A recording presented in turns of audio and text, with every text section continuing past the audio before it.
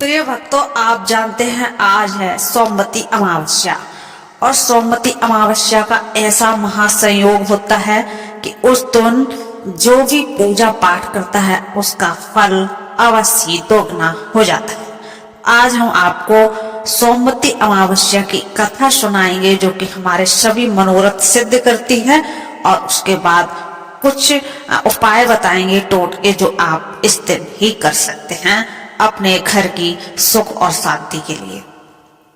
तो चलिए सबसे पहले हम कथा सुनाते हैं, उसके बाद हम आपको उपाय बताएंगे। एक गरीब ब्राह्मण परिवार था। उस परिवार में पति पत्नी के अलावा एक पुत्री भी थी। वह पुत्री धीरे धीरे बड़ी होने लगी। उस पुत्री में समय और बढ़ती उम्र के साथ सभी स्त्रियोचित गुणों का विकास हो रहा था। वह लड़की सुंदर, संस्कारवान एवं गुणवान थी, किंतु गरीब होने के कारण उसका विवाह नहीं हो पा रहा था। एक दिन उस ब्राह्मण के घर एक साधु महाराज पधारे तो उस कन्या के सेवा भाव से काफी प्रसन्न हुए। कन्या को लंबी आयु का आशीर्वाद देते हुए साधु ने कहा कि इस कन्या की हथेली में विवाह योग की रेखा नहीं है। तब ब्राह्मण दंपत्ति ने साधु से उपाय पूछा कि कन्या ऐसा क्या करें कि उसके हाथ में विवाह योग बन जाए। साधु ने कुछ देर विचार करने के बाद अपनी अंतर्दृष्टि से ध्यान करके बताया कि कुछ दूरी पर एक गांव में सोना नाम की धोबन जाति की एक महिला है। अपने बेटे और बहू के साथ रहती, जो बहुत ही आचार और विचार और संस्कार संपन्न तथा पतिपरायण है। यदि वह कन्या इसकी सेवा करे और वह महिला उसकी शादी में अपने मांग का सिंदूर लगा दे, उसके बाद इस कन्या का विवाह हो तो इस कन्या का वैधव्य योग मिट सकता है। साधु ने यह भी बताया कि वह महिला कहीं आती जाती नहीं। यह बात सुनकर ब्राह्मणी ने अपनी बेटी से धोबन की सेवा करने की बात कही।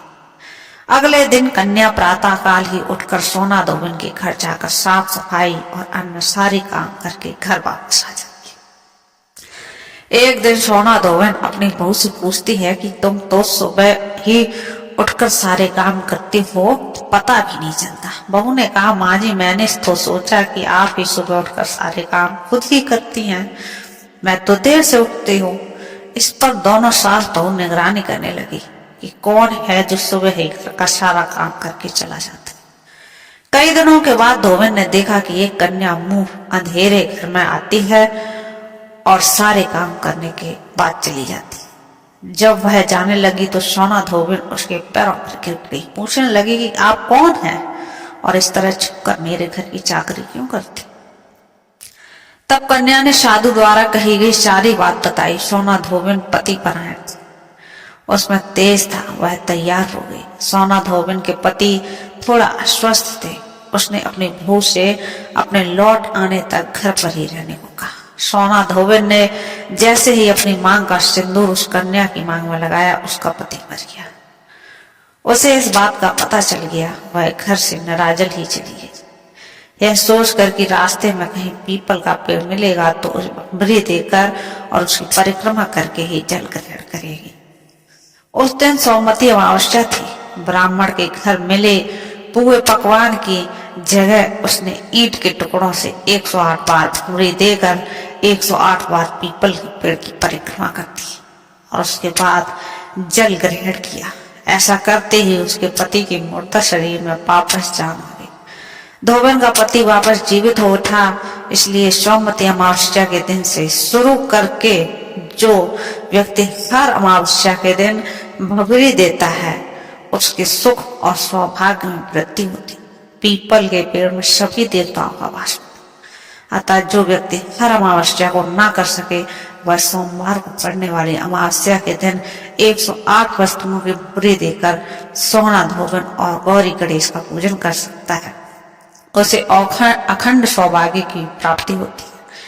ऐसी प्रचलित परंपरा है कि पहली सोमवती अमावस्या के दिन धान, पान, हल्दी, सिंदूर और सुपारी की भुगली दी जाती है।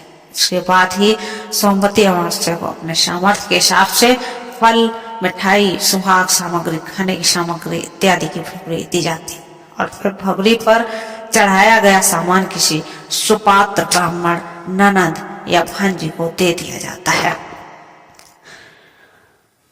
तो दोस्तों ये थी आज की कहानी सोमवती अमावस्या की। अब हम आपको बताने वाले हैं कि अगर हमें अपने घर में सुख और समृद्धि चाहिए तो हम कौन कौन से टोटके या कौन कौन से उपाय कर सकते।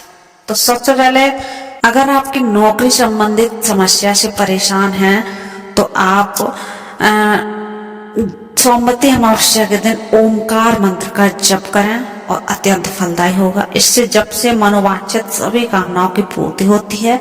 इसके अलावा अगर इस दिन रात में रोटी पर सरसों का तेल लगाकर काले कुत्ते को रोटी खिलाएं, इससे जीवन में आने वाले शारीरिक कष्ट और कैरियर में आने वाली बाधाएं भी दूर होती हैं। नंबर 2 पे है आर्थिक संपन्नता के लिए। ज्योतिष शास्त्र के अनुसार अगर सोमवती अमावस्या के दिन अगर पीपल के सूत को अगर पीपल के पेड़ पे 108 बार कच्चे सूत से आप लपेटते हैं, इसके अलावा गिनती के 108 फल या कोई चीज अर्पित करके उन्हें अलग रख लेते हैं और पूजा संपन्न होने के बाद फल ब्राह्मणों को या बच्चों को वितरित कर देते हैं, तो ऐसा करने से व्यक्ति के जीवन में धन धान्य की पूर्ति तो होती है, साथ ही संतान भी चिरंजीवी होती है। इसके अलावा अगर धन लाभ और मुसीबत है, अगर आपको धन लाभ करना है और आपको कुछ परेशानी है धन के प्रति, तो आप बहुत ही प्रयास कर रहे हैं, धन संचय ना हो पा रहा है या फिर किसी न किसी मामले में धन खर्च लगा ही रहता है, तो ज्योतिष शास्त्र के मुताबिक ऐसी स्थिति में सोमवती अमावस्या के दिन तुलसी माँ की पूजा करनी चाहिए। इसके लिए सबसे पहले तुलसी को जल और फूल चढ़ाएं, इसके बाद धूप दीप दिखाकर श्रद्धा से श्री हरि श्री हरि श्री हरि मंत्र का आप जाप करिए और 108 बार परिक्रमा करिए। तुलसी माँ से प्रार्थना करें कि वह आपके जीवन में सारी मुसीबतें और धन समृद्धि में आने वाली बाधाओं दूर करें। तो ये थे कुछ टोटके जो उपाय जो आप कर सकते हैं घर में सुख और शांति के लिए। अगर आप डेली ऐसी ही वीडियो देखने चाहते हैं और राशिफल देखना चाहते हैं तो आप हमारे चैनल को सब्सक्राइब कर लें, लाइक शेयर कर लें और नीचे एक बार ओम नमः शिवाय या श्री हरि अवश्य करें।